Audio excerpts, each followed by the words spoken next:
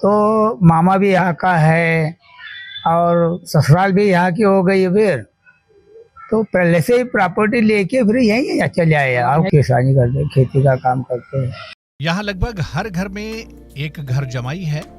घर जमाई तो आप बखूबी समझते ही होंगे, वही जो शादी के बाद अपनी सास के घर ही रहने लगता है।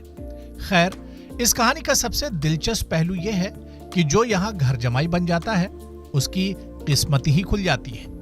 इस गांव के लोगों का मानना है कि अगर किसी घर में दामाद पूरी तरह से रहने लग जाए तो वो घर और दामाद दोनों समृद्ध हो जाते हैं। खेती किसानी से लेकर अन्य व्यवसाय में भी इनकी समृद्ध होती है। इसीलिए अब इस गांव को दामादों का गांव भी कहा जाता है। इस गांव का नाम है निम्बोला, जो बुरहानपुर जिले में पड़ता है।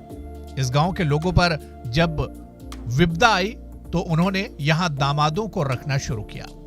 माना जाता है कि इसके बाद समृद्ध होते गए। गांव के करीब 600 मकानों में से हर घर में लगभग एक एक दामाद रहते हैं। इसीलिए अब गांव के मूल नाम की बजाय लोग दामादों के गांव के नाम से ही जानते हैं।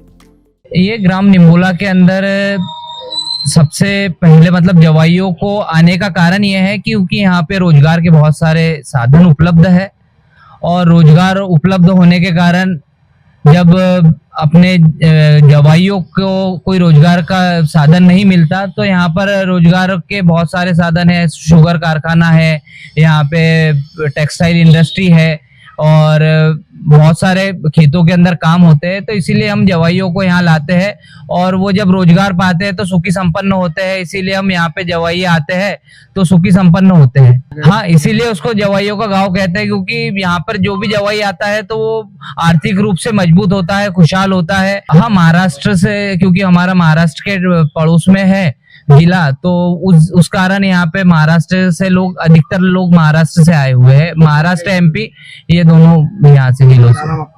बुरहानपुर से मोहन ढाकले की रिपोर्ट।